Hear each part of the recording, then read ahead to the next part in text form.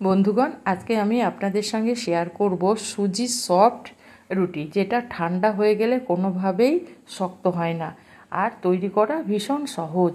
আর এই জন্য আমি প্রথমে একটা বাটির মধ্যে নিয়ে নেব সুজি। আমি 1 কাপ সুজি নিয়েছি, আর যে কাপ মেপে আমি সুজি নিয়েছি সেই কাপ মেপে হাফ কাপ দিয়ে দিলাম ময়দা। এখানে ময়দার জায়গায় আপনারা আটাও নিতে পারেন। এবার আমি এখানে দিয়ে দিলাম স্বাদ মতো লবণ। লবণটা দেওয়ার পর আমি সুজি আর ময়দা লবণকে ভালো করে একটা চামচ দিয়ে মিলিয়ে নেব।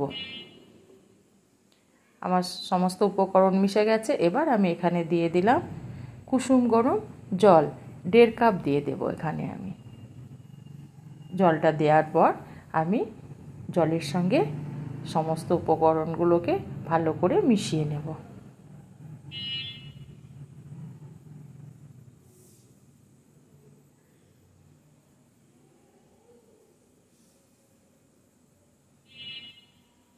সমস্ত উপকরণগুলো আমার জলের সঙ্গে মিশে গেছে। এবার বন্ধুরা আমি এটাকে ঢাকা দিয়ে মিনিট 10 রেখে দেব। 10 মিনিট পর আমি ফিরে এলাম। সুজিটা ফুলে গেছে আর জলটাকেও টেনে নিয়েছে। এবার আবারও আমি এখানে দিয়ে দেব হাফ কাপ কুসুম গরম জল। জলটা দেওয়ার পর আবারও আমি একটু জলটাকে মিশিয়ে নেব বেটারের সঙ্গে।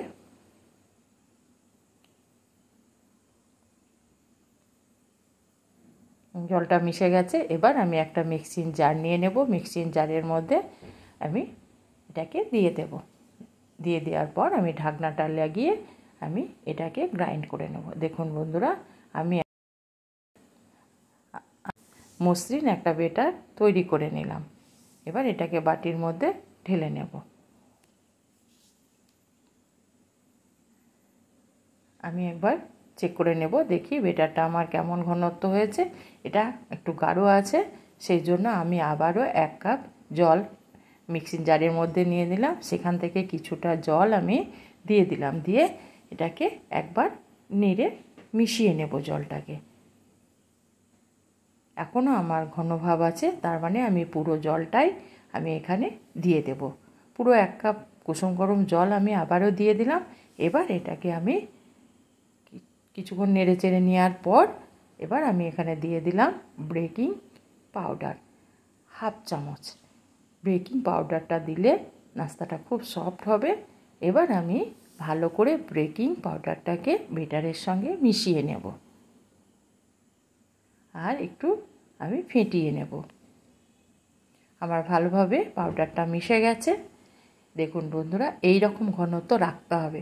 এর থেকে ঘন হলে কিন্তু রুটিটা মোটা হয়ে যাবে, আর যত পাতলা হবে তত কিন্তু রুটিটা ফাইন হবে।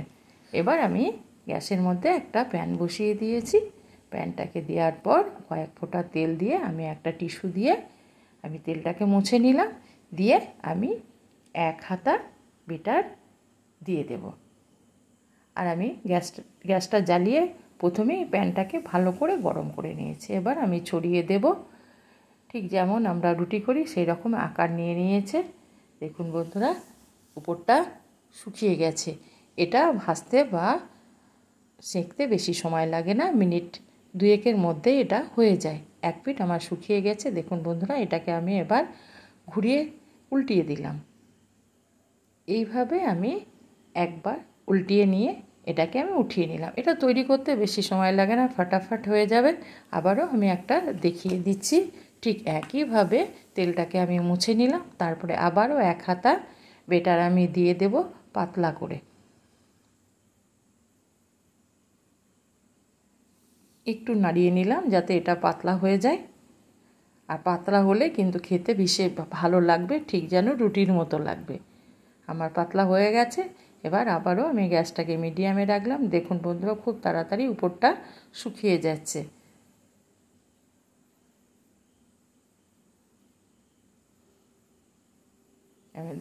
এভাবে আমি একটু উঠিয়ে দেব। দেখুন পুরোটাই উঠে যাচ্ছে টুক করে। এইভাবে আবারও খুন্তি দিয়ে একবার উল্টিয়ে নেব। দিয়ে এটাকে আমি প্লেটের মধ্যে উঠিয়ে নেব। এইভাবে আমি সমস্ত রুটিগুলোকে তৈরি করে নেব।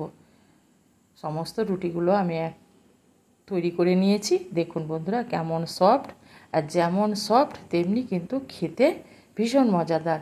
চাটনি বলুন, ঝোল বলুন, খেতে কিন্তু দারুণ লাগে বন্ধুরা।